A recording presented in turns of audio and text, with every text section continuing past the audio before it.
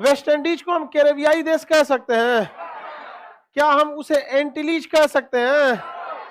एंटीलीज की मोती किसे कहा जाता है? एंटीलीज की मोती क्यों? चीनी का कटोरा? ग्वांतनामो जेल कहाँ है? क्यूबा में है। और उस पर कब्जा किसका है? अमेरिका। उस पर यूएसए का कब्जा है। सन बेल्ट उस एरिया को कहते हैं जहां धूप ज्यादा पड़ता है, जहां धूप ज्यादा पड़ता है उसे क्या कहते हैं? सन बेल्ट। आपको पता है कर्क रेखा से ऊपर में सूरज की किरणें तिरछी जाती है, ज्यादा नहीं जाता है, तिरछा जाता है।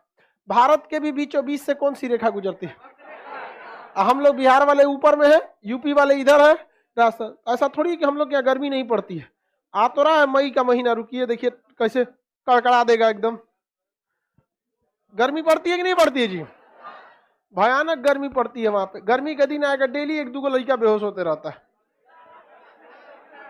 लड़की ज्यादा बेहोश होते रहती है। तो इसमें पानी की कमी नहीं होनी चाहिए शरीर में। ये कर्क रेखा गुजर रहा है तो मैक्सिको तो पूरी तरह से सन बेल्ट में आ जाएगा। मैक्सिको में धूप की कोई कमी होगी, लेकिन धूप की कमी कनाडा में हो जाएगी। जितना आप इस ट्रॉपिक ऑफ कैंसर से दूर होते जाएंगे, धूप कम मिलते जाएगा। तो अमेरिका का निचला ये वाला स्टेट जो है, देखिए मैक्सिको की तो हम बात ही नहीं करते क्योंकि मैक्सिको के तो बीचे से निकल गया, तो मैक्सिको में धूप की कोई कमी नहीं है। ये वाला अमेरिका का ये वाला नीचे वाला एरिया, इसे हम कहते हैं सन बेल्ट, क्योंकि अमेरिका के इस एरिया में क्या चीज ज्यादा मिलता है? धूप ज्यादा मिलता है। हालांकि इधर क्या धूप नहीं मिलता है? मिलता है, कम मिलता है। यहाँ अंग्रेज टाइप का होता है। यहाँ पे समझ में आ गया कि नहीं आ गया? और जो यहाँ भेटा गया झोंस देगा उसको, एकदम हमारी तरह कर देगा। बराक ओबामा देखे, आई ट्रम्प को देखे, छिलल मुर्गा नहीं होता तो ही नहीं होता। तो जो बाइडन स्लीपिंग स्लीप, उसको कहते हैं खड़े सूझ जाते हैं। जो बाइडन से ना संभलेगा अमेरिका, न इनसे सीरिया संभला, ना अफगानिस्तान संभला, ना चाइना कंट्रोल में हो रहा है, ना यूक्रेन संभल रहा है, कुछ नहीं संभलेगा। तुम इवांका ट्रम्प के अपने का नहीं देखा है? ट्रम्पवा की बेटी का नाम है इवांका ट्रम्प, ब्याह हो गई लोकर। ये आरा वाला बहुत खचरा है ये। आगे देखते हैं। सन बेल्ट जो है वो धूप मिलता है, यहाँ कपास का उत्पादन अच्छा खासा हो जाता है। कपास के उत्पादन के लिए धूप का होना जरूरी है। कपास उत्पादन के लिए किसका होना जरूरी है? धूप। इसलिए सन बेल्ट किस लिए फेमस है? धूप। कपास के उत्पादन के लिए फेमस है। किसी को कोई दिक्कत नहीं है? ये एरिया जो है क्यूबा है, धूप के लिए फेमस है, कपास के लिए फेमस है। ट्रिनिडाड और टोबैको कहाँ है? एकदम कोना में है यहाँ पे, ट्रिनिडाड और टोबैको। यहाँ हेस्पेनियोला द्वीप पर कितने देश? 2, हैती और डोमिनिकन। ये देश कौन सा हो गया? क्यूबा। ये वाला देश जमाइका। यहाँ पर एक द्वीप है जिस पर किसका कब्जा है? ब्रिटेन का। उस द्वीप का नाम क्या है? कैमन द्वीप। कौन द्वीप? इसके बाद दक्षिणी अमेरिका चालू हो जाता है। उत्तरी अमेरिका और दक्षिणी अमेरिका को अलग करने वाला नहर कौन सा नहर? पनामा नहर। दोनों कौन अलग करेगा? आगे बढ़ जाएं।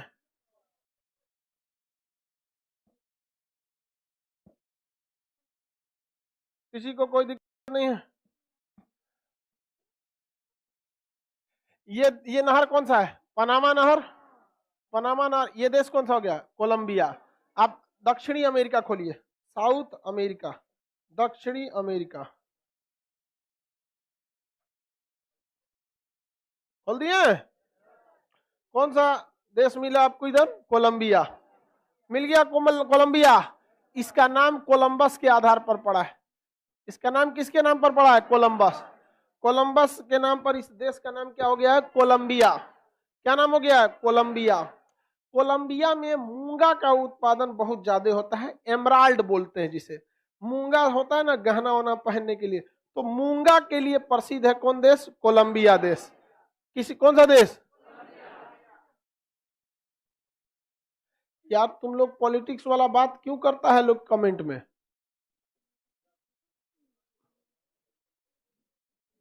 अजीब अजीब बात बोलता है राजनीति वाला। हाँ, राजनीति में हम आपको एक भविष्यवाणी बताते हैं। जिस तरह से देश गुलाम था, अचानक आजाद हुआ? अचानक तो हुआ नहीं, एक ढेर सारा संघर्ष रहा। जिस हिसाब से शिक्षा व्यवस्था आगे जा रही है और जिस हिसाब से 5G का उपयोग बढ़ गया, नेताओं की चापलूसी लोग समझ गए, कर रहा है कि काम की नहीं, एक समय आएगा ऐसा ना होगा, इतना लोग शिक्षित हो जाएंगे ना कि राजनीतिक आजादी मिलेगी, एकदम स्ट्रक्चर ही चेंज होगा। और बीच में एक 2.5 साल पे एक इलेक्शन सिस्टम होना चाहिए वापस बुलाने का। जिस तरह से हम वोट दे के भेजे हैं ना 5 साल के लिए, एक मिड इलेक्शन वापस बुलाने के लिए होना चाहिए, कॉल बैक। जैसे बहुमत से गए ना, बहुमत से हो गया वापस आ जाइए, समझ में गया कि नहीं? और जिसको वापस बुलाए उसे आजीवन चुनाव पे बैन लगा दे, ना तो फिर ससुरा वही खड़ा हो जाएगा, तो फायदा क्या हो गया बोले ले। तो बहुत जल्दी ये सब चीज, अभी आप लोग को राजनीति पे ज्यादा ध्यान नहीं दीजिए, लेकिन हाँ युवाओं की सबसे ज्यादा उपेक्षा की जाती है राजनीति नेताओं द्वारा, जिसका रीजन जानते हैं क्या? इस बीच जितना FIR वगैरह के बाद हम कई सारे नेताओं से मिले, उन लोग से हम कहें कि आप युवाओं की बात क्यों नहीं सुनते, आपका क्या बिगाड़े हैं ये बच्चे? तो उनका कहना था जानते हैं सर, हम लोग को भी वोट चाहिए, क्योंकि वोट है तो ही हम हैं, नेताओं का कहना था। और युवा वोट के दिन फिल्म देखता है,